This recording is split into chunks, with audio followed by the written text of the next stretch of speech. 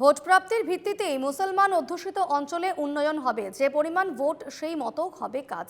নির্বাচনে জয়ের পর এই মন্তব্য কাটিগড়া কেন্দ্র থেকে নির্বাচিত বিজেপি প্রার্থী কমলাক্ষ দে পুরকায়স্থের।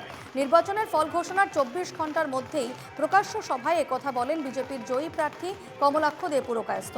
মঙ্গলবার বিকেলে কাটিগড়া মণ্ডল বিজেপি কার্যালয়ে এক সভায় বক্তব্য রাখছিলেন কমলাক্ষ।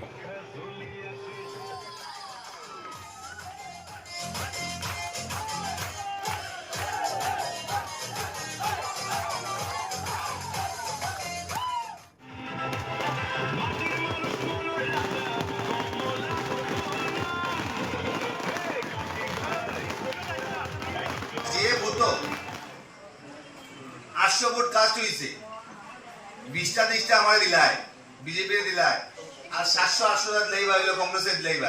এই বুধ কাজ হইতো না, এই বুধ এরকম কাজ হইতো না।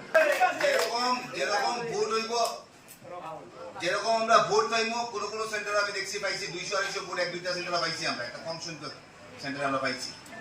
এই সেন্টারগুলো কাম করতে আমরা অসুবিধা নাই, ঠিক আছে, কিন্তু যেখানে 20-25টা 30টা ভোট, সেই অঞ্চলে কাজ করতে ভোটের পরিসংখ্যার মতো কাজ করতে লাগতো।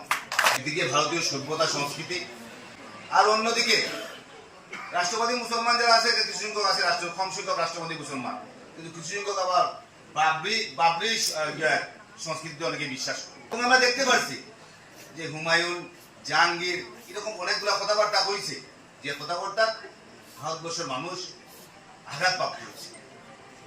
আচ্ছা, তাই রেজাল্ট ওয়েস্ট বেঙ্গলে আমরা দেখতে পাচ্ছি, আমরা আসামের রেজাল্ট দেখতে পাচ্ছি।